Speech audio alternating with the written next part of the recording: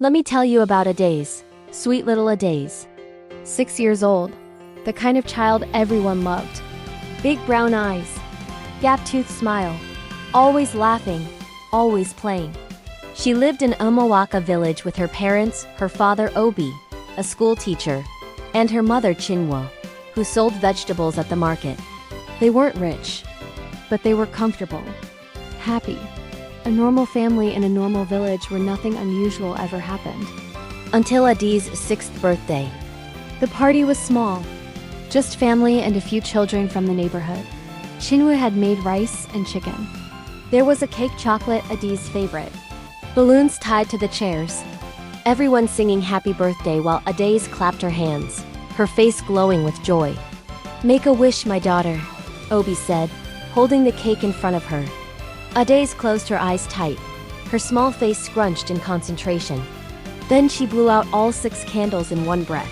Everyone cheered. That's when it happened. Adaze opened her eyes, and they were different. Not the color, they were still brown, but something in them had changed. Something old. Something knowing. She looked around at the gathered adults, her smile faded. Then she pointed at her uncle Amika, her father's younger brother, who was standing by the door eating cake. Uncle Amika stole money from Grandma's funeral fund, Adaze said clearly. Her voice was different too. Not a child's voice anymore. Deeper. Older. 3 years ago. December 15th. You took 50,000 naira and blamed it on the caterers. Grandma wanted to be buried in a new coffin, but they had to use the old one because there wasn't enough money. You used the money to buy a motorcycle. The room went completely silent. Uncle Emeka's face went pale. The plate in his hand started shaking. I don't know what she's talking about. She's just a child. You know what you did, Adaze said, still in that strange old voice. Everyone thought the caterers stole it. But it was you. You went into Papa's room while everyone was at the burial ground. You knew where he kept the money box. You took the key from under his mattress. Uncle Emeka dropped his plate. It shattered on the floor. How does she know this? Chinwo whispered, grabbing her husband's arm. Obi, how does she know? She couldn't know, Obi said, his own voice shaking. She was 3 years old when Mama died. She wasn't even at the funeral, but Adaze wasn't done. She turned to Mama Ngozi, the neighbor who had brought a gift. You poisoned your husband's brother. 2 years ago. You put rat poison in his pepper soup because he knew you were having an affair with the pastor. He got sick and everyone said it was his liver, but it was you. You killed him! Mama Ngozi screamed and ran out of the house. Then Adaze looked at Pastor Chidi, who had stopped by to give a blessing. You're not really a pastor. You bought your credentials from a man in Onitsha. You've never been to seminary. And you're stealing from the church offerings every Sunday. You take half and keep it for yourself. Pastor Chidi's mouth opened and closed like a fish. Then he too ran out, practically stumbling over his own feet. One by one, Adaze pointed at people. One by one, she spoke their secrets, their sins, things that had happened years ago, things that nobody could possibly know. Mr. Ez, the headmaster, had slept with a student and paid her to keep quiet. Mama Ada had abandoned her first child at a motherless baby's home and told everyone the baby died. Brother Chinedu had stolen from his business partner and blamed a junior employee who was fired and never found another job. On and on and on. Every adult at the party had their darkest secret exposed. Every sin, every crime, every shameful thing they had done and thought was buried forever. The party cleared out fast. People running, some crying, some shouting denials even as they fled. Within 10 minutes, the house was empty except for Adaze and her parents. Adaze stood in the middle of the room, surrounded by dropped plates and scattered cake, and she started to cry. Mama, she whimpered, and now her voice was a child's voice again, small and scared. Mama, I don't understand. Why do I know these things? Why do I see them? Chinwo knelt down and grabbed her daughter, holding her tight even though her hands were shaking. I don't know, baby. I don't know. Obi stood there, his face gray with shock, because he knew what this meant. He had heard the stories from the old people. Stories about children who were born different, children who carried spirits, children who were vessels for something greater and more terrible than themselves. His daughter had become an oracle, and oracles didn't have happy lives. By evening, the entire village knew what had happened at Adiz's birthday party. The story spread fast, getting more dramatic with each telling. Some people said Adiz's eyes had turned white when she spoke. Others said she had levitated off the ground. One person claimed she had spoken in the voice of the village's ancient oracle who had died 40 years ago. But everyone agreed on one thing. Something supernatural had happened to that child. Something dangerous.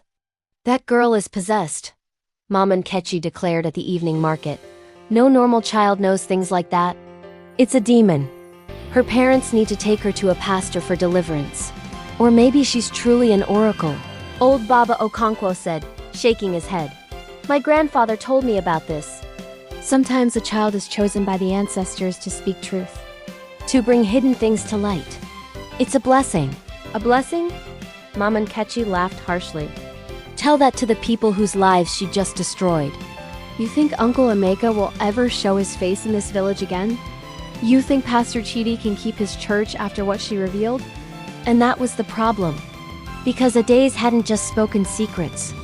She had destroyed lives, shattered reputations, exposed sins that people had spent years hiding.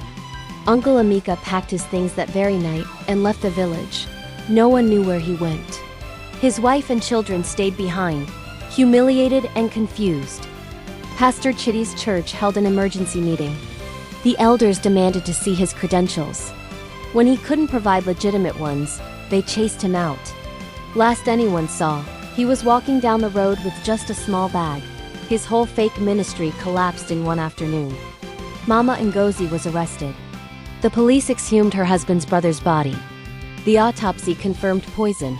She was in jail now, awaiting trial for murder. 3 lives destroyed. 3 families shattered. All because of what a 6-year-old child had said at her birthday party. And the village was terrified of what else she might reveal. Keep your children away from that girl, mothers warned each other. Don't let them play with her. Who knows what she might say about us? Because everyone had secrets. Everyone had sins, and nobody wanted to be the next one exposed. Adi's parents tried to keep her inside the house, away from people, but it didn't help. The next day, Adaze was playing in the backyard when Mr. Okafor, their next-door neighbor, walked past the fence. Adaze looked up at him and said, "You hit your wife. Last week, you gave her a black eye and told everyone she fell. But you hit her because she asked you where your salary went. You've been gambling it away at the betting shop."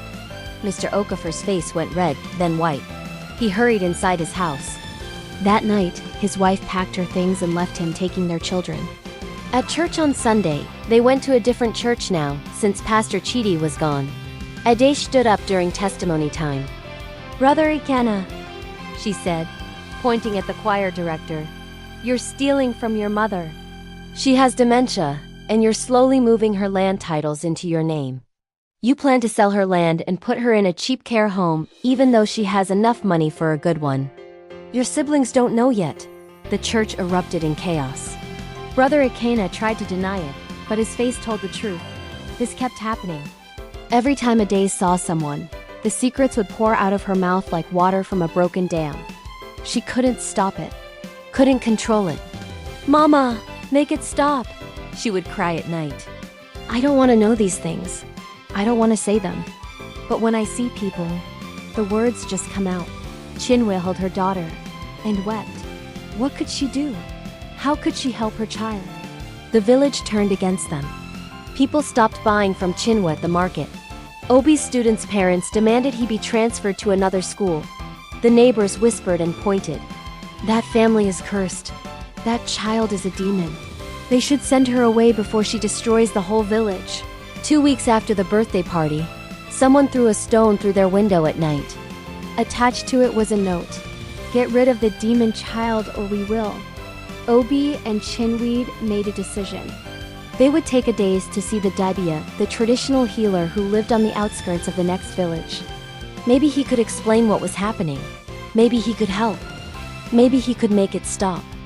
The Dibia's compound was surrounded by clay pots and carved wooden figures. Smoke rose from a fire burning herbs that smelled bitter and strange.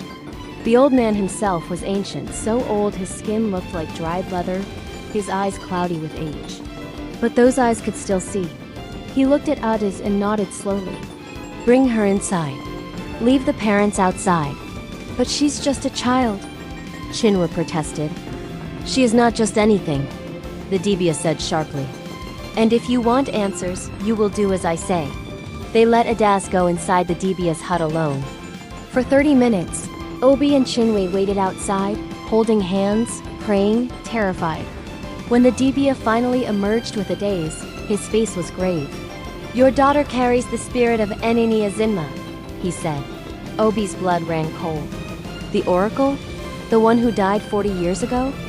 "The very same. Enini Azinma was the last great oracle of this region. She spoke truth without fear. She exposed wickedness wherever she found it. And she died violently because of it, murdered by people whose sins she had revealed." "But why my daughter?" Chinwa asked, tears streaming down her face. "Why would the spirit choose my child?" "Because your daughter was born on the same day Ene Azinma died. Same day, same hour. The spirits don't believe in coincidence. They saw a vessel being born just as their previous vessel died, and they transferred the gift." "Gift?" Obi almost shouted. "This is destroying her life. This is destroying our family." "Nevertheless, it is a gift. The gift of truth, the gift of sight, the gift of justice." The Dibia looked at Adas with something like pity. "But every gift from the spirits comes with a burden. Your daughter will speak truth for the rest of her life. She will expose wickedness. She will bring hidden things to light, and people will hate her for it. Some will try to hurt her. Some may try to kill her, just as they killed Eneni Azinma. Then take it away." Chin was on her knees now, begging. "Please remove this spirit from my daughter. I don't care about truth or justice, I just want my child to be normal." The Dibia shook his head. "I cannot. Once the transfer is complete, it cannot be undone. Not by me, not by anyone. Then what do we do?" "You have 3 choices." The Dibia held up 3 gnarled fingers. 1. You let the gift run its course. Your daughter will speak truth until all secrets in this region are exposed. It will take years, maybe decades. Many people will be destroyed, including, possibly, your daughter herself. 2. You isolate her. Keep her away from all people. Lock her away where she can see no one and speak to no one. She will be safe from those who want to harm her, but she will live a prison life. No friends, no school, no normal childhood. Just silence and solitude. 3. The Dibia paused. 3. You let her fulfill her purpose completely in one moment. Gather everyone together, every person whose secrets she has yet to speak. Let her expose them all at once, all in one day. The burden will be terrible. The consequences will be catastrophic. But after that, after all secrets are spoken and all sins revealed, the spirit may release her. May let her return to being just a child. May? Obi grabbed the word. You mean it's not certain? Nothing is certain with spirits. But it is the only chance you have. Otherwise, this will continue for the rest of her life. Adaze, who had been silent this whole time, spoke up. Her voice was her own small, scared, childish. Papa, I want it to stop. I don't want to know things anymore. I don't want to hurt people. Even if they did bad things, I don't want to be the one who tells. Obi looked at his daughter, then at his wife, then at the Dibia. How would we do it? Gather everyone together? A village meeting, the Dibia said. Tell them you want to address what has happened. They will come, some out of curiosity, some out of fear, some hoping to silence the child forever. And when they are all gathered, let her speak. Let the spirit speak through her until it is satisfied, until every sin is revealed. And then we will see if the spirits show mercy. Chapter 4. The gathering, the village meeting, was called for the following Saturday. The announcement was made through the town crier, through church bulletins, through word of mouth. The family of Adaze requests the presence of all village adults at the community hall. The matter of the child's gift will be discussed. All are required to attend. Some people didn't want to come. They knew what would happen. But the village chief made it clear attendance was mandatory. Anyone who refused would be fined and shunned. So they came. All of them. Teachers and traders, farmers and priests, the righteous and the wicked, the innocent and the guilty. 300 people packed into the community hall that Saturday morning. The tension was thick enough to cut with a knife. Adaze stood on a small platform at the front of the hall, holding her mother's hand. She looked so tiny, so fragile. Just a little girl in a pink dress with her hair in 2 puffs, but her eyes were old. Obi stood beside his daughter and addressed the crowd. Thank you all for coming. I know these past weeks have been difficult. My daughter has said terrible things about people in this village. We consulted the Dibia, and he has told us that she carries the spirit of an oracle. She cannot control what she says. She cannot stop the truth from coming out. Murmurs rippled through the crowd, some angry, some scared. Today, Obi continued, his voice shaking, we are going to let her speak everything.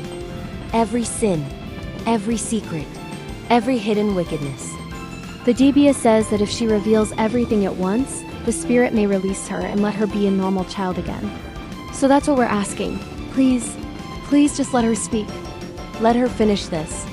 And then hopefully, it will be over. And if we refuse, someone shouted from the back, then it will continue. The Dibia's voice rang out. He was sitting in the front row, watching everything with those cloudy eyes. She will speak your secrets one by one in public for the rest of her life. Better to have it done in one day than to live in fear for years. The crowd was silent now. Trapped. They couldn't run. Couldn't hide. All they could do was wait. Obi squeezed his daughter's hand. I'm sorry, Adaze. I'm so sorry. It's okay, Papa, she whispered. Then the light in her eyes changed. Became colder. Older, the oracle had taken over. And she began to speak. For 3 hours, Adaze spoke without stopping. She pointed at people in the crowd and told their secrets. Not just recent ones, old ones, ancient ones. Sins from decades ago that everyone had forgotten. Mama Ifeoma, you abandoned your twin babies at birth because your husband wanted only one child. You told everyone one died, but you left both of them at a hospital in another town. One was adopted. The other grew up in an orphanage and died at age 15 without ever knowing his mother. Mama Ifeoma collapsed, wailing. Mr. Naughty, you were bribed to approve substandard materials for the school building project in 2010.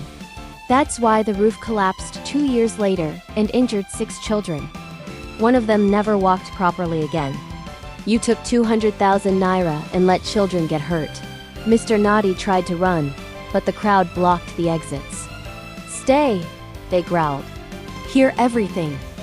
Mama Amaka, you knew your brother was molesting your daughter, but you kept quiet because he was paying for your son's university fees. Your daughter tried to tell you 3 times. You called her a liar every time. She ran away at 16, and you never looked for her. Mama Amaka's screams could be heard outside the hall. On and on it went. Adizi's voice never wavered. Never got tired. She spoke in that ancient, terrible voice, revealing sins both big and small. Infidelity, theft, murder, betrayal, abuse, fraud, corruption. Every family had something. Every person in that hall was touched by the revelations, either as the sinner or as the victim of someone else's sins. Some people collapsed. Some wept. Some sat in stunned silence. A few tried to deny it, but Adaze gave details, dates, places, exact words spoken, exact amounts stolen, that proved she was telling the truth. Sister Ntechi, you switched your sick baby with your friend's healthy baby in the hospital nursery 19 years ago. The child you're raising is not yours. Your biological child, the sick one, died within a week. You let your friend raise your dead baby and never told her. Brother Udoka, you set fire to your competitor's shop and blamed it on faulty wiring. He lost everything. His family became destitute. His son died because they couldn't afford medical treatment after they lost their income. Chief Obiora, you are not the biological father of your 3 children. Your wife was having an affair with your driver for 10 years. All 3 children are his. He died knowing the truth, and you've lived a lie. 2 years after the gathering, on Adi's 8th birthday, something happened. They had a small party. Just the family. No neighbors, no friends. Adi's didn't have many friends anymore. The other children's parents still kept their kids away from her, just in case. Adi's blew out her candles, made a wish, smiled, and then she looked at her parents.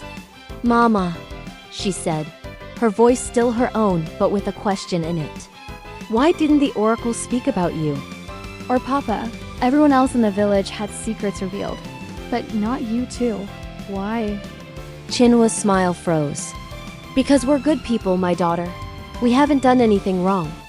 "Really?" Adi's tilted her head. "Not anything?"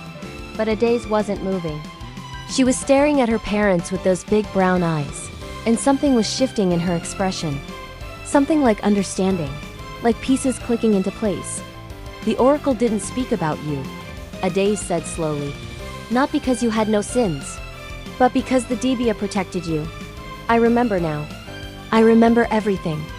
I remember standing there speaking for 3 hours, and when I looked at you, I saw your secrets too. But the Dibia put his hand on my shoulder, and I couldn't speak them. He silenced that part. "Why?" "Ades, please?" Chinwa's voice was shaking. "What did you do?" Ades asked. "What did you do that was so bad that even the Dibia, who made everyone else face their sins, decided to protect you from yours?" The room was very quiet. Obi and Chinwook looked at each other. A long, heavy look. A look of two people who shared a terrible secret. "We should tell her," Obi said finally. "She deserves to know." "No." Chin was crying now. "She's just a child. She doesn't need to carry this." "I already know I'm carrying something," Ade said. "I've known for 2 years. I can feel it. A weight. A truth that wants to come out." "Tell me, please." Obi sat down heavily. His face had aged 10 years in 10 seconds. "Your mother and I," he began. "We were married for 7 years before you were born. We tried to have a child. Tried and tried. Nothing worked. We went to hospitals, to prayer houses, to herbalists. Still nothing. Then Chinwa pregnant. We were overjoyed. Thank God. Prepared everything for our baby. But when you were born, there were complications. The baby, our biological daughter, she died during delivery. Dead before she even took her first breath." Ades felt cold. "What do you mean?" "I'm here. I'm alive." In the same hospital, at the same time, another woman gave birth. A girl, healthy, beautiful. But that woman, she was a prostitute. She didn't want the baby. She begged the nurses to take it away, to put it up for adoption. "No," Ade shook her head. "No, you didn't. The nurse was my cousin," Chinwe whispered. "She came to me in the recovery room and told me about the other baby. And she made me an offer. She would register that living baby as mine, would give me the birth certificate with my name, would tell everyone I had delivered successfully, and she would dispose of our dead daughter as a stillborn complications." "You stole someone's baby?" Adi's voice was rising. "You stole me?" "We saved you," Obi said desperately. "That woman didn't want you. She was going to abandon you. We gave you a home, a family, love. But I'm not yours." Ade stood up, backing away from them. "I'm not your daughter. Everything I am, everything I thought I was, it's a lie." "No!" Chinwa reached for her. "You are our daughter. We raised you. We love you. That woman, my real mother. Does she even know I'm alive? Or does she think her baby was taken to an orphanage somewhere?" Silence. "Tell me." "She thinks you were adopted," Obi admitted. "She never knew by whom. We made sure she never found out." Ades felt like the ground was disappearing beneath her feet. Everything she knew. Everything she believed. All of it built on a lie. On theft. On her parents' desperate deception. "The Dibia knew," she said numbly. "That day, when the oracle wanted to speak your secret, he stopped it." "Why?" "Because he understood," Obi said. "He understood that we did it out of love. That we wanted a child so badly, and when we were offered a way to have one, a child who needed a home, we took it. Yes, it was wrong. Yes, we should have gone through proper adoption channels. But we were desperate. And we've been good parents, haven't we? We've loved you, provided for you. You built my entire life on a lie. We built your life on love, Chinwoo said, tears streaming down her face. Please, Adaze. Please understand. We're not perfect. We're not saints, but we're your parents. The only parents you've ever known. Adaze looked at them. These people who had raised her, fed her, comforted her when she cried, held her through the nightmare of being an oracle. And she felt nothing. The revelation had broken something inside her, not hatred. Not anger, just a terrible, empty numbness. I need to think, she said quietly. I need to be alone. She went to her room and closed the door. Downstairs, Obi and Chinwei held each other and wept. Their secret was out. The one thing they had hidden, the one sin they had committed, was now exposed, not to the whole village, but to the one person who mattered most, their daughter, who wasn't really their daughter at all. 3 months later, Adaze told her parents she wanted to find her biological mother. Obi and Chinwei tried to discourage her. She didn't want you. She gave you up. Why open old wounds? But Adaze was determined. I need to know where I came from. I need to see her. Talk to her. Understand. The nurse who had facilitated the switch was long retired, but she still lived in the city. Obi reluctantly contacted her and asked for the information. At first, the nurse refused. It's been 8 years. Let sleeping dogs lie. But Adaze insisted. And finally, the nurse gave them a name and last known address. The woman's name was Igioma. She lived in the slums on the outskirts of the city. On a Saturday morning, Obi drove Adaze to the address. Chinwoo stayed home, unable to face the possibility of losing her daughter to the woman who had given birth to her. The address led to a small, crumbling building. Adaze knocked on the door of apartment 3B. A woman answered. She was young, maybe early 30s. Thin, tired looking, but Adaze could see it immediately. They had the same eyes. The same shape to their face. Yes, the woman said. Can I help you? Are you Igioma?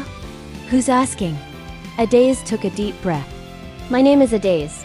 I was born 8 years ago at General Hospital. You gave birth to a baby girl on the same day. That baby is me. Igioma's face went pale. She grabbed the doorframe for support. That's not possible. They took my baby. They said she was adopted. I never knew who. It was them. Adaze pointed at Obi waiting in the car. They registered me as their biological child. They've raised me as their daughter. But I just found out the truth and I wanted to meet you. Igioma stared at this little girl on her doorstep. At her own face reflected in a child's features. Oh God, she whispered. Oh God, you're really her. You're really my baby. They stood there for a long moment. This mother and daughter who were strangers, connected by blood but separated by years and circumstances and lies. Can I come in? Adaze asked. Yes, of course. The apartment was tiny and shabby, but it was clean. On the wall were photos. A little boy, maybe 4 years old. That's Ibuka, Igioma said, seeing Adaze looking. Your brother. Half-brother, I should say. I got married 3 years ago. Had him. Turned my life around. She laughed bitterly. Too late for you, though, wasn't it? You didn't want me, Adaze said. It wasn't a question. Igioma sat down heavily. I was 23. Alone. Broke. Selling my body just to eat. When I got pregnant, I thought about getting rid of it, but I couldn't. So I carried you for 9 months. And every day I wondered how I was going to survive with a baby. Where I would live. How I would feed you. When you were born, I held you for maybe 2 minutes. And you were so beautiful. So perfect. And I knew I couldn't give you what you deserved. Couldn't give you a good life. So when the nurse said you could be adopted by a good family, I said yes. I thought you'd go to people who could give you everything I couldn't. A home, education, security, love. They did give me those things, Adaze admitted. Then why are you here? Igioma's eyes were wet. Why are you looking for me if they've been good to you? Because I needed to know. Needed to understand where I came from. Adaze paused. And I wanted to see if you regretted giving me up. Ijeoma was crying now. Every single day. Every single day for 8 years, I've wondered about you. Wondered if you were happy. If your new family loved you. If you were being treated well. I prayed for you even though I didn't know your name. Prayed that you were somewhere good. Somewhere safe. I was, Adaze said. I am. Then that's enough. Ijeoma wiped her eyes. That's all I wanted. For you to be okay. They talked for 2 hours. Ijeoma told Adaze about her life, the struggles, the survival, the slow climb out of poverty. About meeting her husband, a kind man who knew about her past and loved her anyway. About Ebuka, the son she was raising right this time.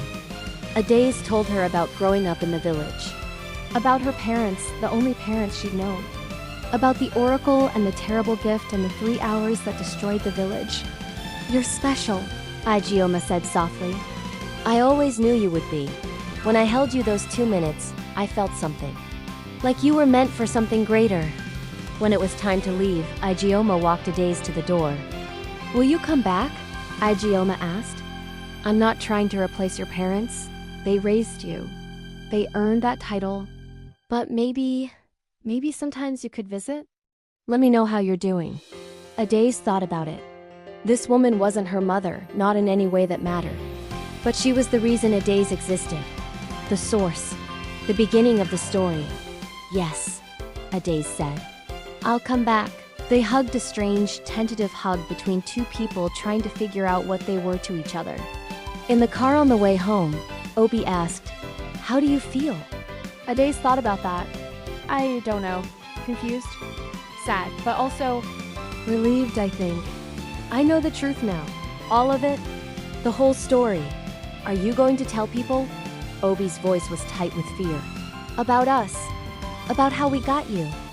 Adaze looked at her father, the man who had held her hand through the oracle's terrible revelations, who had stood by her when the village turned against them, who had loved her as his own, even though she wasn't. No, she said. That secret is yours to tell or keep. I won't be the one to reveal it. But you've been the one revealing everyone else's secrets. That wasn't me. That was the oracle. And the oracle is gone. Adaze looked out the window at the passing city. I've learned something from all of this. Truth is important. Secrets can destroy. But there's also such a thing as mercy. Sometimes truth needs to wait for the right time. The right person to speak it. And you think we deserve that mercy? After what we did? I think you're human. You made a mistake born out of desperation and love. It hurt people, it hurt me, and it probably hurt Ijeoma too. But it also gave me a life. A family! And maybe that's enough. Maybe not everything needs to be judged and punished and exposed. Obi was crying now, his hands shaking on the steering wheel. Thank you, he whispered. Thank you, my daughter. I am your daughter, Adaze said softly. Not by blood, but by choice, by love. By the 8 years you've raised me and will keep raising me. That counts for something. It counts for everything. They drove home in silence, the weight of secrets and truth and mercy settling around them like a blanket. Epilogue. Years later, Adaze grew up straddling 2 worlds.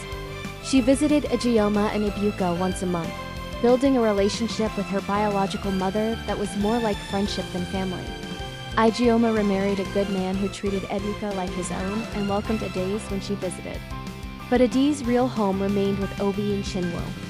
They were her parents. They were the ones who packed her lunch and checked her homework and stayed up when she was sick. They were family. The village never fully recovered from the oracle's revelations. Some people rebuilt. Others left. A strange honesty settled over the place. People were quicker to confess wrongs, slower to judge others. They'd all been exposed. They all knew each other's darkness. As for Adaze, she never forgot what it felt like to carry the weight of other people's sins. To know things she shouldn't know. To speak truths that destroyed lives. On her 16th birthday, someone asked her, "Do you wish it had never happened? That you had never been chosen by the oracle?" Adaze thought about that question. About the chaos, the pain, the revelations. The way everything had changed. No, she said finally. Because it taught me something important. Truth is powerful. Truth is necessary. But truth without compassion is just cruelty. The oracle spoke truth, but it didn't care who got hurt. It didn't care about healing or redemption or mercy. It just exposed and judged and moved on. Real justice isn't just about revealing sin. It's about making room for people to change, to grow, to be better. And that's something I had to learn after the oracle left, that I could know the truth about people. About my own parents and still choose love over judgment. The person asking the question nodded, understanding. But they didn't know Modi knew that sometimes late at night, Adaze would wake up with the oracle's voice in her head. With knowledge she shouldn't have. With secrets pressing at her lips, wanting to be spoken. The oracle was never truly gone. It was just sleeping, waiting. And one day, when Adaze was older, when the village had forgotten and let its guard down, when people started accumulating new secrets and new sins, one day, it might return. But for now, Adaze kept it quiet, kept it locked away. Chose mercy over truth. Chose to be human instead of a vessel. And maybe that was the real gift. Not the power to speak truth, but the wisdom to know when to stay silent. Remember this story. Remember Adaze. Because in every village, in every community, there are secrets. And sometimes, those secrets need to be revealed. But sometimes, they need to be held with compassion. The trick is knowing the difference. And having the courage to choose wisely.